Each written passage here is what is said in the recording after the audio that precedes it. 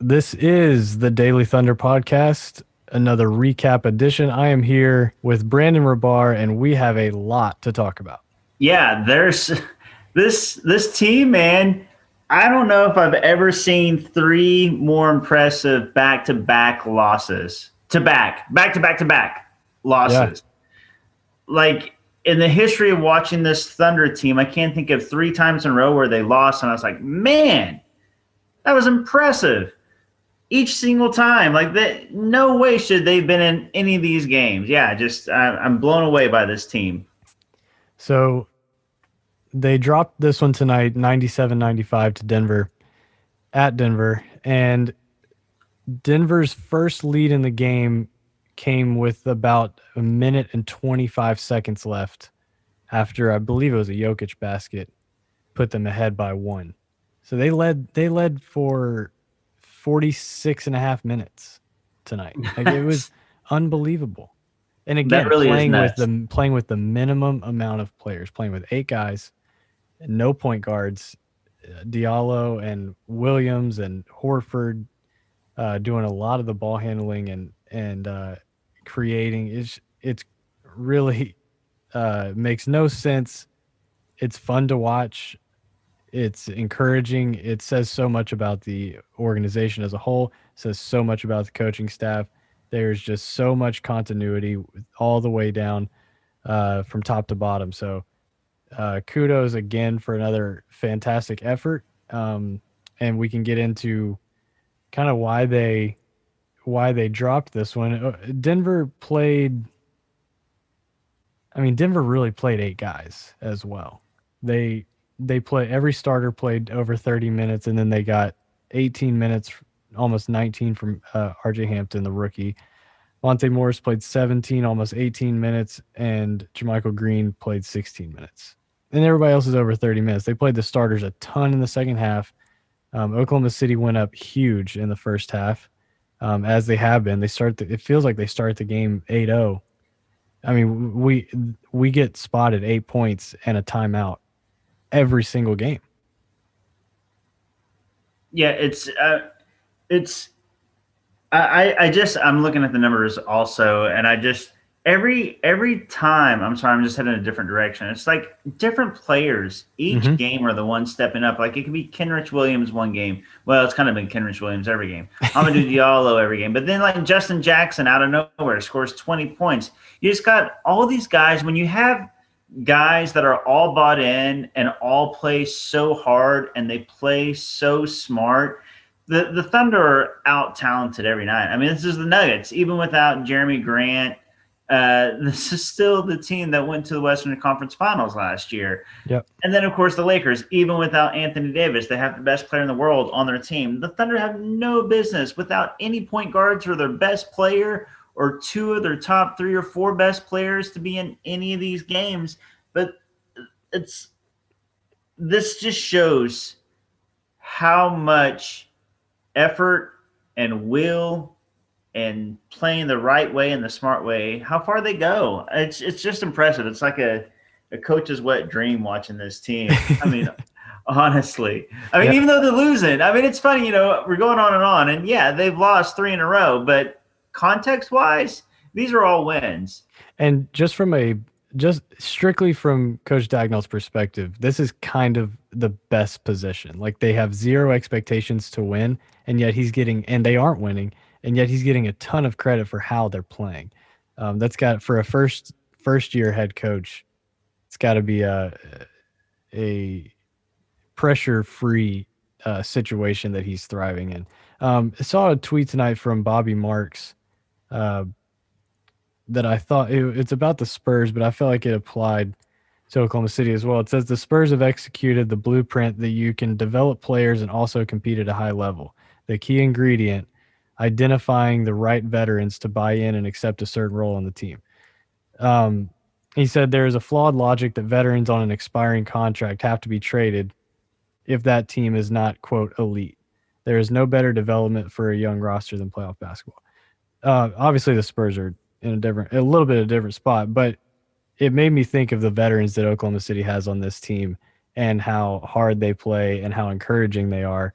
A lot of veterans in that spot would be a total downer to try and play with, especially on a team like this with a ton of young guys that when they're not all that competitive. So, for like the billionth time on this show this season, shout out to these veterans. Yeah, these.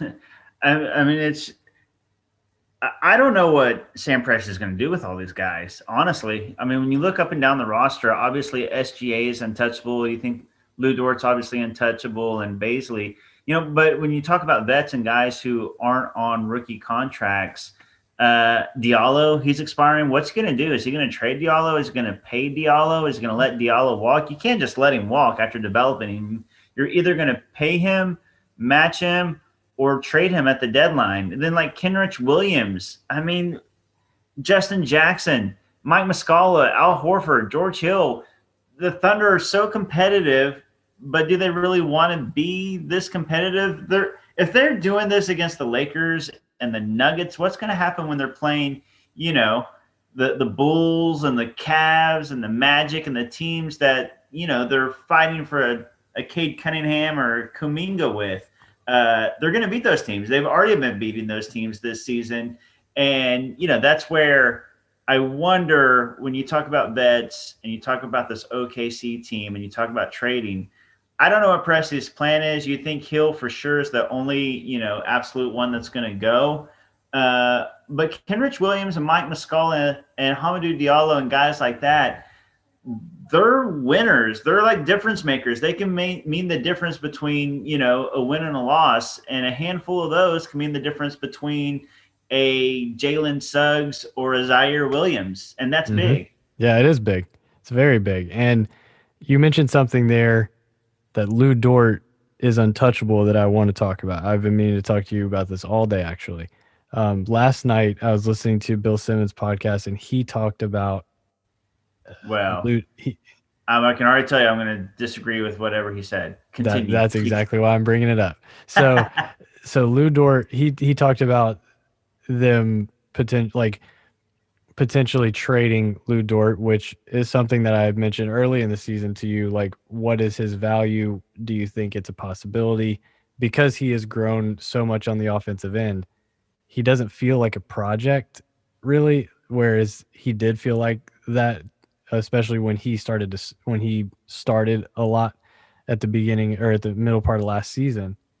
I feel like he has so much value right now, and with how little he's being paid, the fact that you aren't going to be able to get a good player back for him only helps, I think, in the eyes of Presti. If he's really playing the long game, Lou Dort could be a player that he gets really awesome draft compensation out of, because that team's not going to be able to match salary for salary with a decent player, with a player that Oklahoma City would want. He's on such a great contract. So I'm not with you that Lou Dort is untouchable. I hope they keep him. I want to root for him for a really long time. I think it's a real possibility that teams are going to call about him and that somebody might choose to overpay. I agree with that. And here's why. You touched on this. I don't want to sound like I'm, talking out of both sides of my mouth here, because I said he was untouchable. I think he's untouchable in the way of like, yeah, it had to be a great offer, because he's still 21 years old and he's on this great contract and he's a possible core piece, two-way player that you could put next to Shea and whatever draft picks you got coming up. So theoretically, he's a guy that you don't want to touch, but that contract having so much value isn't going to really help the Thunder that much over the course of its contract. Over the next few years are the years that the Thunder are going to rebuild. So you're not really getting the true value of a player that can help you win right now on such a cheap contract. Now, is there value in the Thunder saving money or having cap space to take on big inflated contracts and getting assets back? And Dort's contract helps with that? Yeah, of course. But Dort's contract and his two-way play to a team like the Lakers, the Clippers, the Bucks, the Celtics, any team that you want to name who considers, any team that you consider a contender, his value is incredible on that. Because you gladly give up, draft compensation and maybe your project young player for a player who can help you win right now on an incredibly cheap deal. And you know that if you're going to face the Nets in the playoffs, hey, I got a James Harden stopper for 1.5 million a year for the next few years. Yep. What would teams give up for that? I think they would give up a lot. And a team I've been thinking about, not necessarily a contender, but a team I've been thinking about as far as Dort is concerned is the Blazers. Kind of a thin backcourt, especially with McCollum out. Somebody to put next to Lillard, I think, would be a lot of fun. Again, I hope Dort stays in the Thunder uniform for a long time. I don't want them to trade him. I don't think Presti wants to trade him. I, I think it's a very interesting idea to sell high on a guy like Dort if someone comes and just blows him away with draft compensation. Okay, there was a play in this game that I think we'll talk about for a long time. At least I hope we will. End of the third quarter, Jamal Murray throws up a shot just inside the half court line, and Diallo, for some reason, jumps at the rim almost like he wanted to catch the ball. Was he trying to catch it? What I think what it was is honestly, those end of quarter plays, usually guys, you'll see it so many times where a guy will go for a shot and then, the whistle blows and they'll block the shot because it's after the whistle and they don't want the guy to see the ball go down, Mm-hmm. or they're just grabbing the ball because the play is over. I think, it's kind of like your mind. I'm trying to defend Hama here because I think your mind just kind of zones out. Oh, into the quarter, he's just jacking up. Usually those guys don't even get it off before the buzzer. They're just kind of jacking a shot up to see if it goes in. And I think Hama was just in the mode. He was just like kind of like grabbing it. Yeah. To me, that's And what it was. Like he wasn't thinking the play was still going or it was affecting anything. He's just kind of grabbing that shot. Don't let him see it go in, or just kind of getting his hands on a ball, thinking play is done. I think and that's innocently all that happened. I was wondering if maybe he thought the buzzer had sounded before he let it go. Right. Uh, there's a few. I mean, like you're saying, there's reasons to. I mean, that's a very routine play for a player to go up and grab a ball out of the air after the whistle or maybe after the buzzer. Yep. It cost Oklahoma City three. It gave Denver 3 points, cut the lead to 9. That was right after someone had hit a three. Maybe Dort or Diallo had hit a three to take the lead to 12. And so I think it was 80-68 at that point, something like that. And the lead goes back to 9 right before the fourth quarter. And the Nuggets win. The Nuggets win by 2. Um, it's unbelievable. If you are on Team Tank, just send all the cards to Diallo. Send the edible arrangement. Send everything to Hamidou Diallo. What a play! What a play that might end up being when we're sitting around for the draft lottery. Yeah. What that could mean. I was gonna say, like, everybody who's coming at him though, like on social media, who's blaming him for the loss, and be like, "Oh, the Thunder lost by 2, and Hami cost us 3 points." Have that same energy when the Thunder get Cade Cunningham, because we had one more lottery ball than Detroit or Washington did, and so they get Cade or Kuminga. Come I on with haven't that same energy. To me, he's the MVP tonight. 100%. I haven't seen anybody like mad at Diallo, and that might be the curation of my timeline. Oh But no, I've seen it. is There's that people. is that is that a There's thing? people.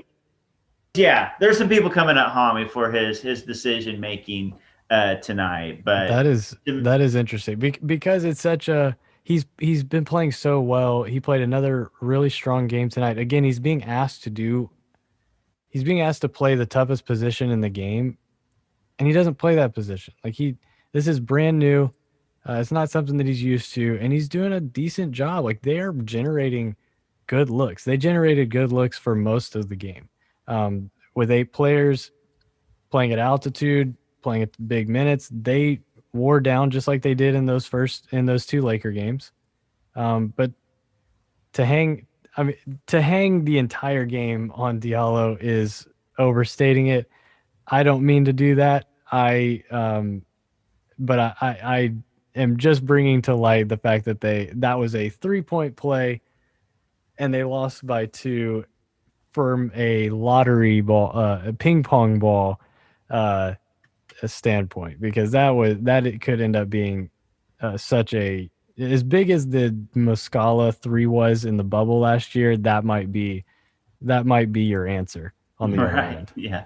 Yeah. It could be the opposite, the anti Muscala clutch Yeah, three. It could be the clutch goaltend that gives the Thunder an elite prospect. You know, I'm high on Hammy, and I say that as a I'm high on him now. I was a Diallo doubter coming into the season. I just thought he was you've always going made to a be an total athletic. 180. Yeah, I thought he was an athletic dude that wouldn't be able to shoot or put it all together. And he scored 15 plus in 8 straight games. He scored double digits, 12 straight games now. I mean, it's been, and he's doing it efficiently. I mean, he's not, doing it by jacking up a lot of shots. He does that too, but he's jacking up a lot of shots efficiently. Yeah, yeah, he's doing a good job. He really is, and I thought they got a really good night again from Justin Jackson. Horford looked his usual self. He's fantastic. Baisley continues to struggle. Like to be honest, I'm kind of down on Baisley right now. It's the games hasn't seemed to slow down. It doesn't seem like he is bringing anything new to his game. It looks a lot like the same stuff. A lot of barreling into stationary bodies, drawing a lot of or picking up a lot of fouls that way. Just not operating with a lot of confidence right now. Yeah, it's unfortunate how it's like I've reversed on Hami and Baisley. Coming out of the bubble last year, Baisley looked so good in the bubble play. His shooting was on point, and he looked like he had taken a leap. And he kind of had some games to start the season where you're like, oh man, Baisley, he's gonna be the number two guy to Shea, until they get, elite guys. I I I'm worried about Baisley. Now he's still incredibly young. Hmm. He is still a guy that's 6'9", that can handle, that can shoot, that can pass, that can play defense, all those things in theory. But like you said, it's really just more on the offensive end. Yeah, It's the decision making, it's the bad shots. It's like you said, it doesn't seem like the game is slowed down. He's so early on in his career, and it's been a funky couple seasons for him. He went from interning New Balance to his first year got interrupted by COVID. There was a bubble after a layoff, then a short off season. The team completely turned over, a new coach, a new role. There are a lot of reasons, to be inconsistent. yeah, So, I'm not going to close the book on him by any means, not at but all. I'll say my my worry is, my I'm a little worried. I'll say Yeah, that. your I'm a little worried. your concern meter is has grown. There, that's what I was going for. Yeah. Yeah, I feel the same. Like he's I've been waiting to see him flourish in transition. Like they force turnovers, and when they do, I keep waiting on him to be someone that just really gets it done in transition, just as a lob threat.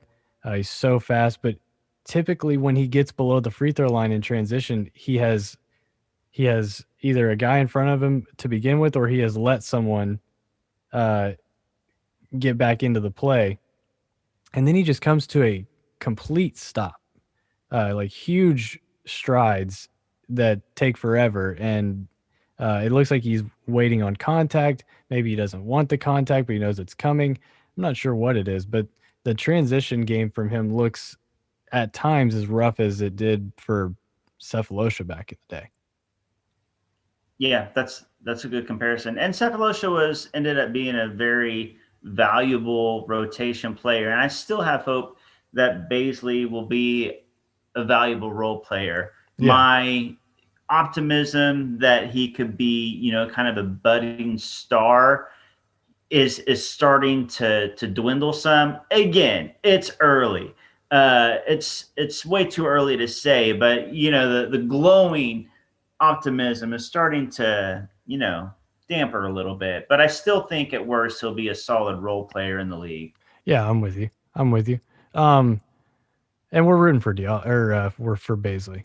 We're a pro Baisley podcast. This is Yeah. we're abnormally large fans of Baisley. Um, expectations are high. All right, two more things I want to hit before we go. Number one, there was a report earlier in the week that I've been wanting to talk to you about. That Oklahoma City will be one of a very few sellers at the deadline, and what you think that might mean for a lot of the guys that we've talked about already.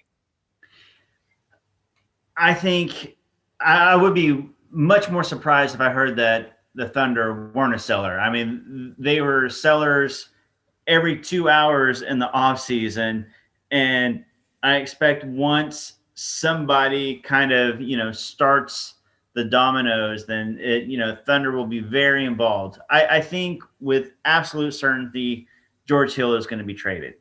Absolutely. I think the next Trevor Ariza, depending on if he's ready to play or not, Mm-hmm. if he's in shape and wants to play, I think that he has value and teams would want him on his contract. He's still a valuable player. I think that he will be traded. Um, Al Horford is interesting, man, because coming into the season, everybody thought that he had the worst contract in the league and he was untradeable. We've heard that before. Chris Paul, Russell Westbrook, of course, Sam Presti collected draft pick upon draft pick, and it's going to happen again with Horford. The only question is it going to happen next offseason, next trade deadline, or this trade deadline? He's playing so well, and there's not going to be very many free agents this upcoming offseason that are worth spending money on. So if you're a team that has the contracts to spare that aren't so hot, and you don't think that you'll get a player better than Al Horford in the offseason, why not go in this season when he can help you win some games, get rid of a couple bad contracts? I'm starting to think there's a possibility Horford, because he's playing so well, looking like his all-star form again, he could get traded. Yeah. And then Muscala, I think, could have a small market because he's playing so well. Maybe Kenrich Williams. I don't know if the Thunder want to let him go or not, but I think everybody's for sale. And then I hate to say it, Hamidou Diallo. I just think that given the fact that he's expiring and he's going to get paid a lot of money, and I think the Thunder like him a lot, but do they like him enough to tie up a lot of money when they don't know what their future is going to be and who they're going to be giving money to? I don't know. So I wouldn't be surprised if all those guys I listed are traded away. Yeah. And the report I'm looking at here, it says, in terms of early deductions, this much is clear. Sources say Oklahoma City, Detroit, and Cleveland are open for business to varying degrees, of course, and with young prospects off the limit, or sorry, off limits. Um, so yeah, I definitely, I think it's Presti's in such a good spot. He was before the season. He's still in a good spot if he doesn't trade a single player.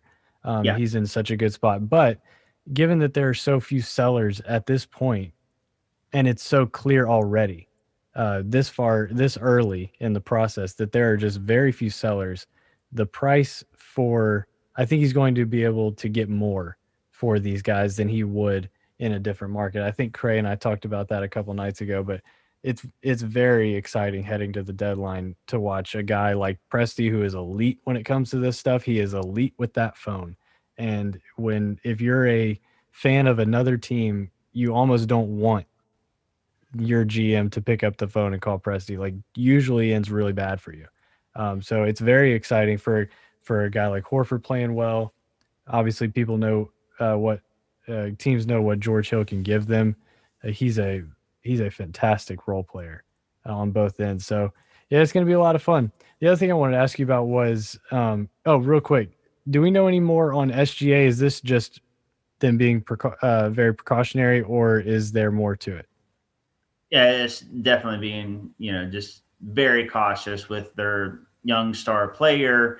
And, the team's playing well anyways and being competitive anyways. And are Yeah, the wins that important? No. yeah, So let's just go ahead and hold him out. yeah. SGA is completely fine. He went through warm-ups. He looked fine. He looked good.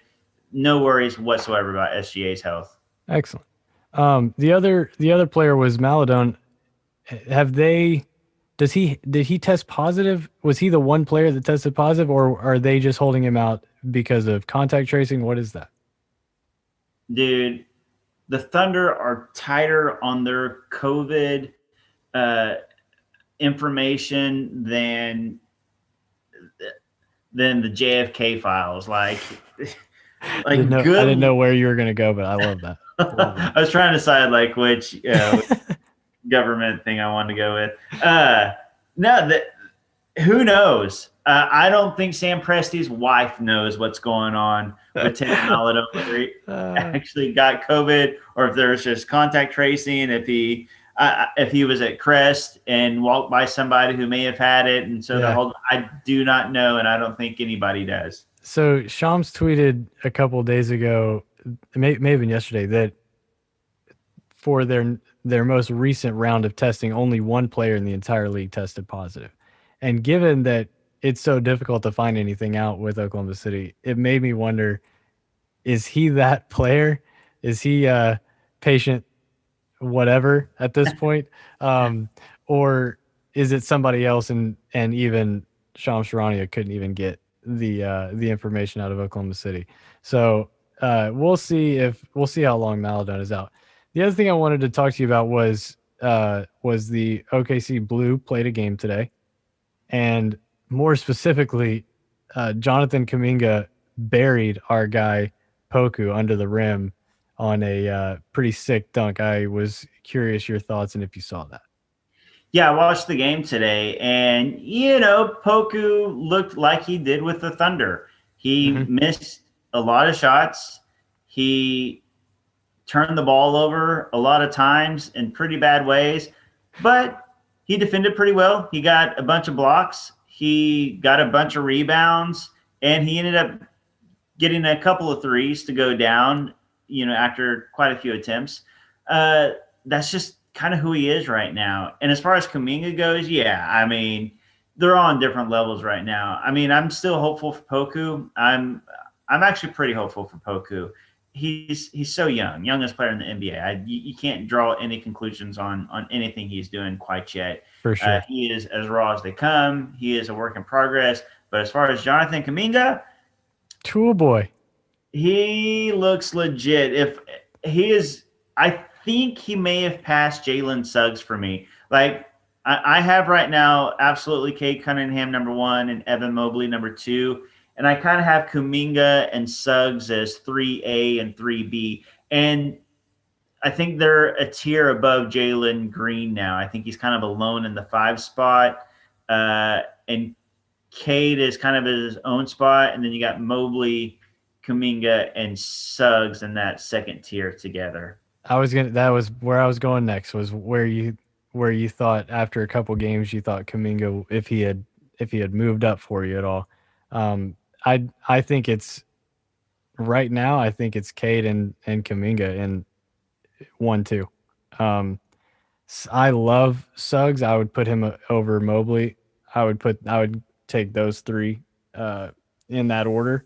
But man, he looks good. He physically, he just looks so good.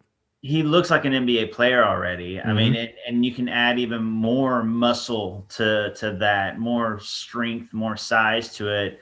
Yep. And I think, I've seen the Kawhi comparisons, I've seen the Jalen Brown comparisons, and I think those are kind of right on. Obviously, who knows what he's going to end up being, but as far as a prospect goes, he's a guy that can initiate the offense from the 3 or the 4 spot. He's absolutely going to be a great defender, and it looks like he can be a really nice offensive player too. Putting a guy like him next to Shea Mm. is exciting. Like, that's what I get excited about when I look at these young players like Kuminga or Cade or Mobley and kind of think of what it does to the lineups if you put them next to him. Kuminga, you can just slot in at the 3 or 4 and Shea at the 1 or 2, and it's such a nice combo. Or Yep. Shea and Cade sharing the backcourt together, or Shea at the 1 and Mobley at the 5. All three are so exciting to me. Or Shea and Suggs running a backcourt together. There's just I, I want one of those four guys pretty Yeah. badly. Not gonna lie Yeah. to you. Yeah. I am 100% with you. I think it's, given the arsenal of picks, I would be disappointed if we were like just outside that range, if we didn't if we didn't spin to move up into that range, because that's Right. those guys are so good. They are. Like Oklahoma City's in the sixth spot right now. You got to imagine that they'll move up some more. Although it's going to be tough because the teams ahead of them right now. Uh, we talked about it earlier. You said that Sham said that the Cavs and the Pistons are going to be sellers. That's disappointing because they're right ahead of OKC right now. Got to think Orlando, even without Aaron Gordon, might move ahead of OKC if OKC's going to be sellers. They got to win tonight. Yeah, they got to win. That was encouraging over the Kings, and the Kings have been good. And then the Wizards, you just still think at some point Beal and Russ are going to figure it out, but I don't know. Their defense is just so bad. I'm worried that they're going to be sellers. And then the Wolves with Cat coming back, you'd think they'd put it together. Anyways, all that to say, if the Thunder end up in the sixth spot, let's say, I would be really disappointed if they didn't combine one of their draft picks to move up to at least the 4 to get one of those 4 guys. Yeah, I totally agree. Because by that time, we're going to know a lot more about these players. And even if, if Mobley is the fourth out of those guys, you're still going to be so excited about that. Like he's such a needed. He plays a needed position, and he projects to be a modern big in every way. He's somebody you can get really excited about. Another player I saw comparisons for Kuminga, mainly on the defensive end, was Anunoby. He looks he just looks like he's playing against kids. Physically, he looks so much bigger and stronger, and defensively, I think he could end up being a terror on that end. Yeah, for everyone saying that he could be a Kawhi or a Jaylen Brown, just, obviously there's a bit of distance in between what Jaylen Brown is and what Kawhi is. But if you get even Jaylen Brown Oof. and put Jaylen Brown next to Shea, Yeah. if that's incredible. Then of course, if he becomes like a Kawhi, I mean, it's the rebuild.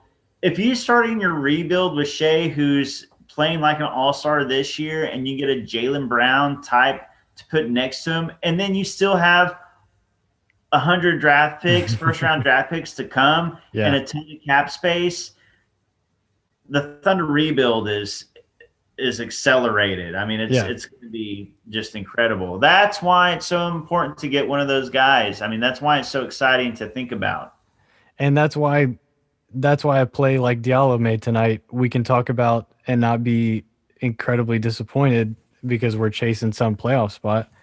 It helps us. It really does. These types of games against teams that are going to be playoff teams in the West are games that they need to be dropping. They just do. It's been the perfect season because the team is learning, getting better, being competitive. They're learning good habits. It's a winning culture. And even though they're losing games, which helps with the draft pick, they're picking up winning habits via losing. It's crazy. I mean, you couldn't plan, a rebuild better. And it's in a season with an absolutely historically loaded draft. Yep. I mean, and the Thunder have a couple of shots possibly. Miami is going to not be in the lottery, unfortunately. I mean, more than likely, they're probably going to get up to the lottery. But even so, that Houston pick looks like it could be a top 10 pick, which would be really nice. And worst case, even if Miami does turn around, which I think they're going to, I know they won 4 in a row right now, but it's been against bad teams, and they still haven't looked all that good. And they're about to play a rough part of their schedule. But let's say even Miami sneaks into the playoffs and at worst gets a 15, 16, 17 overall pick. I mean, that's still a nice pick in this draft, and it's still ammunition to possibly move up to combine with another draft pick or something. And Golden State could possibly give us another pick because they're playing pretty well, and they're going to be right on the edge of giving the Thunder another first-round draft pick. Yep, that's where I was headed. They're at 20 right now. We need that to be 21 or higher. And I was going to mention Steph is having one of the best years of his career, despite his team not being as good as we've seen in the past. He has been just magical, and that we Thunder fans should want that to continue. If you're paying close attention, the Warriors winning games is a big plus for Oklahoma City. Yeah, the Warriors winning games and the Heat and the Rockets losing games. Those are outside of OKC. It's debatable. You can argue over whether you want OKC to win or lose, but everyone should agree Houston and Miami need to lose and the Warriors need to win. And a couple teams, we already mentioned the Magic beat Sacramento tonight at Sacramento on the second night of a back-to-back. Just a horrific loss for Sacramento to lose by double digits there. And the Pistons beat the Celtics tonight on the road. So, any Pistons win, any Wizards win, any Cavs win, we get real excited. Um, so big time help for Oklahoma City as well as them helping themselves tonight. All right. Anything else you got? No, man. It's been an exciting few games. I mean, I'm proud of this team for how they're playing. I don't care what the box score, final score says. These have all been wins. I know some people don't believe in moral wins. To me, that's exactly what these are. And in a season like this, that's what it's about. Pick up winning habits, lose games, get an elite talent, run it back with these young guys with the experience they're gaining this season. And this is a really, really fun season to me. I mean, it's funny because the Thunder are number 14 in the West, and it's one of the most fun Thunder seasons I've had in a while. So, I mean, last year was a lot of fun too. But, this whole exceeding expectations thing, I can really get behind it. It's been a lot of fun. It is a lot of fun. I am reminded of a Scott Brooks quote, I think from the 08, the first season in Oklahoma City, where he said, "We're not losing games, we're learning how to win games." That's pretty good. That's pretty good. Scotty's quotes were underrated. Scotty had some zingers. He had some zingers, and he had a lot of really funny, witty one-liners, but he was so dry. It's like the media didn't get it. And I'm not going to say anything about it. I love my fellow media members, so I'm not going to name any names or anything like that. But there's some times, let's just say if I was in the media back then, I would have given him some courtesy laughs. I don't feel like he got enough courtesy one-liners back in the day. He had some good ones. All right, Oklahoma City is back at it. They are back home to face Giannis and the Milwaukee Bucks. Milwaukee is coming off of a loss to the Jazz tonight, so they, I'm sure, will be raring to get a win against Oklahoma City on the road. So we will be back on Sunday, Valentine's Day. We will be back to react to that. That game is, I believe, at 8 Eastern. Yeah, 7 Central. So we will be back after that one, and Thunder fans will talk to you then. Brandon, thanks very much. Thanks, Ryan. Have a good night, bud.